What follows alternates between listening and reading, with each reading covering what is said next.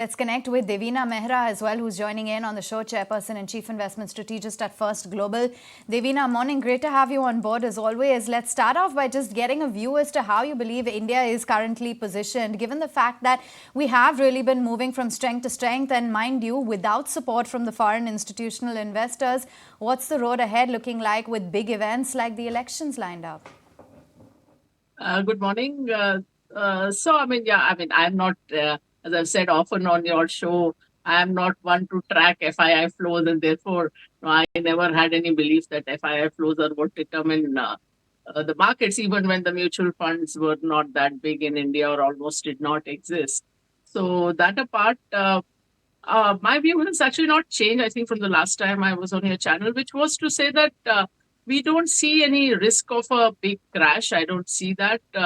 Mainly because there was a whole decade where we underperformed from 2000 to 2020, both in global terms as well as relative to our own history. So you compounded only 8.8% in that decade instead of that 15-16% we expect. And even this decade, it's not been that it's been a great one, mainly because of all the pandemic and all those related news. So the point being, we are not above the trend line. So the risk of a crash comes when you're far above the trend line. And this I'm talking the large cap mainstream indices. So that risk is low. Of course, there might be for some weeks a sideways move, a correction, and that sort of thing. So at the moment, actually, our portfolios are hedged partly because we just to be on the safe side. But we are not in cash because if you're in cash, you miss out on the up move. So we don't want to take that risk because the probability is still high that you would have a good year. In our global portfolios, we are overweight India. So clearly, a view on India is positive. Where you need to be,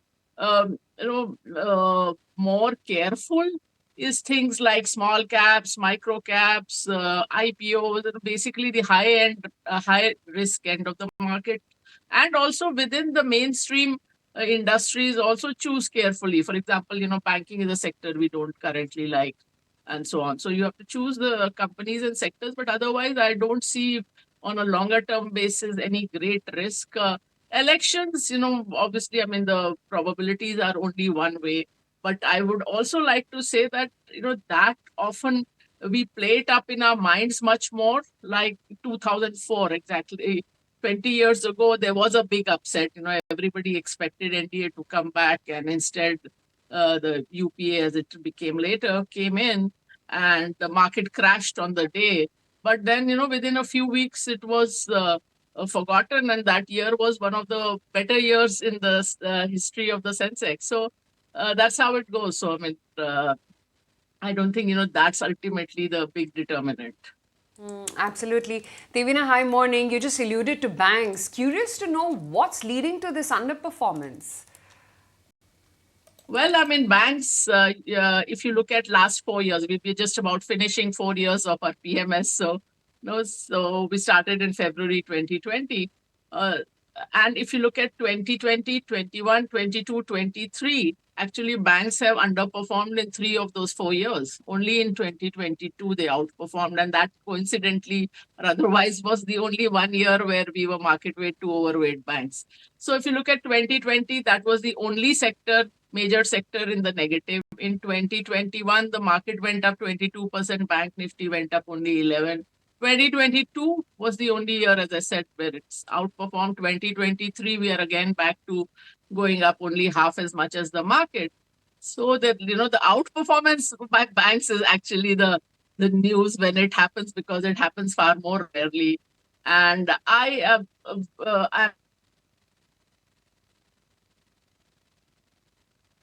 Seem to have a bit of an audio issue with Devina at this point of time. We'll try and reconnect the line because for now, in terms of the market, it's Honasa Consumers that deserves mention for that 9% up move. Cement was having a great run at the end of the day on Friday. We had seen names like, India Cement, Shree Cement of the world perk up, and that move is continuing today, at least with the likes of Star Cement, etc. Indigo Paints is already holding up in the green. Godfrey Phillips is the other one which has decent amount of volumes to back it up, and JK Lakshmi Cement as well. Devina, sorry, we missed you there at the end of your point. Would you want to complete that? Yes, so I was saying in banks, out of 3 out of 4 years they've underperformed. And 2022 was a particular sweet spot because you had the NPA cycle behind you, credit was growing well. And when interest rates are going up, bank margins go up, at least at the first round. So that was a particular sweet spot. Again, now you're seeing going just by what RBI itself is saying, that there are risks on the credit side, and that's really my issue with banks normally, that negative surprises come in much more often than positive surprises. And sitting outside, there is no way you can assess what the credit quality of a bank is. So you have to be super careful. Well, we are quite underweight banks, and within that, we are skewed more towards the PSUs than the private sector. So that's broadly what we have right now.